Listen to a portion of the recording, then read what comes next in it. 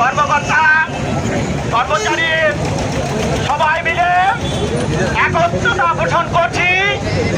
বাগেরহাটের যে 4টি আসন ছিল, এই 4টি আসন পুনর্বহাল রাখতে হবে।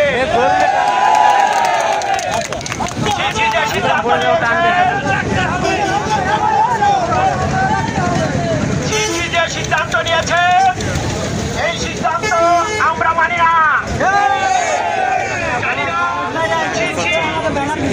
হিসাবে বাগেরহাটের 4টি আসনকে কমিয়ে দিতে চেয়েছে। নামে কিছু বলে না কেন? আর একটু বড় করবে না? আমরা মানি না। বাগেরহাটের যে 4টি আসন ছিল, এটা পুনর্বহাল রাখতে হবে।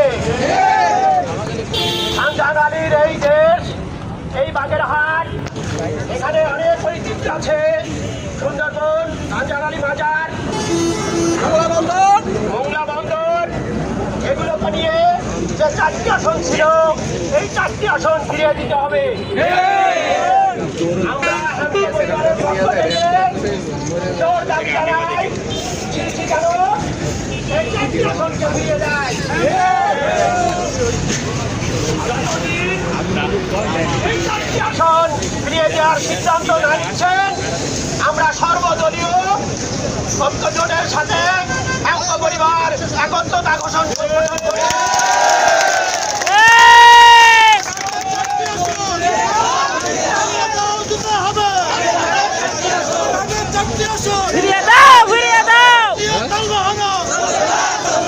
জোরে চিল্লাইলে মনে হয় মহিলা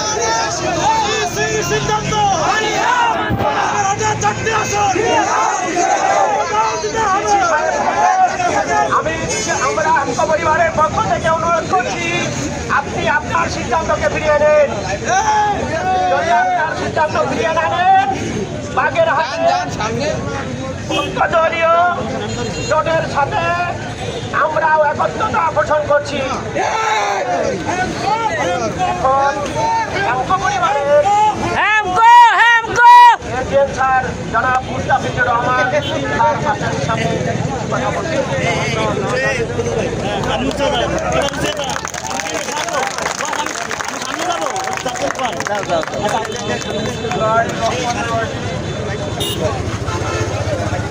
ভাই বোনেরা,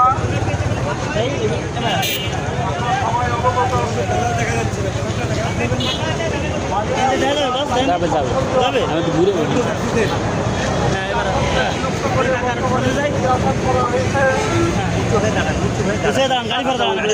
স্যান্ডেল খুলে নেন, আমি দেবো দরকার বলে আমরা মনে করি।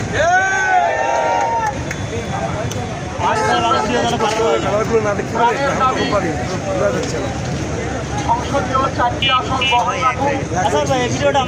বর্তমান সরকারের কাছে আমাদের প্রাণের দাবি, কাছে আমাদের প্রাণের দাবি।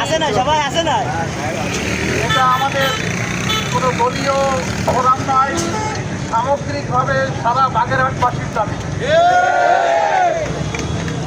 পাশাপাশি আমরা এই জেলার মধ্যেই অবস্থিত, পাশাপাশি আমাদের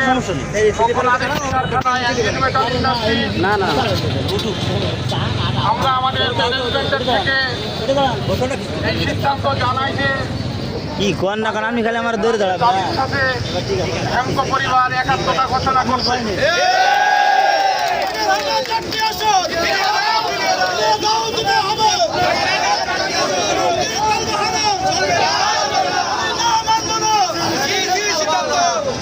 বিশেষ করে আজকের এই বিক্ষোভ সমাবেশের উদ্দেশ্য হলো আগামী 2 দিন 48 ঘন্টা লাগাতার হরতালকে সফল করা।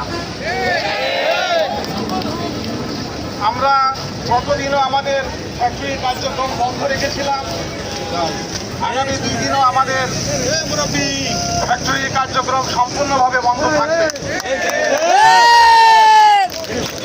উদ্দেশ্য আমাদের একটাই, বাগেরহাটের যে 4টি সংসদীয় আসন ছিল সেটা বহাল থাকুক। আমাদের দাবি সকলের দাবি, এই সরকারের কাছে প্রাণের দাবি। আমরা যেন এই হরতালের মাধ্যমেই আমাদের এই দাবিটা পূরণ করতে পারি এবং আমরা আমাদের সংসদীয় আসন যেন আমাদের বহাল থাকে সেই প্রত্যাশা ব্যক্ত করে সকলকে সংগ্রামী শুভেচ্ছা জানিয়ে আমি আমার সংক্ষিপ্ত বক্তব্য শেষ করছি। আসসালামু আলাইকুম।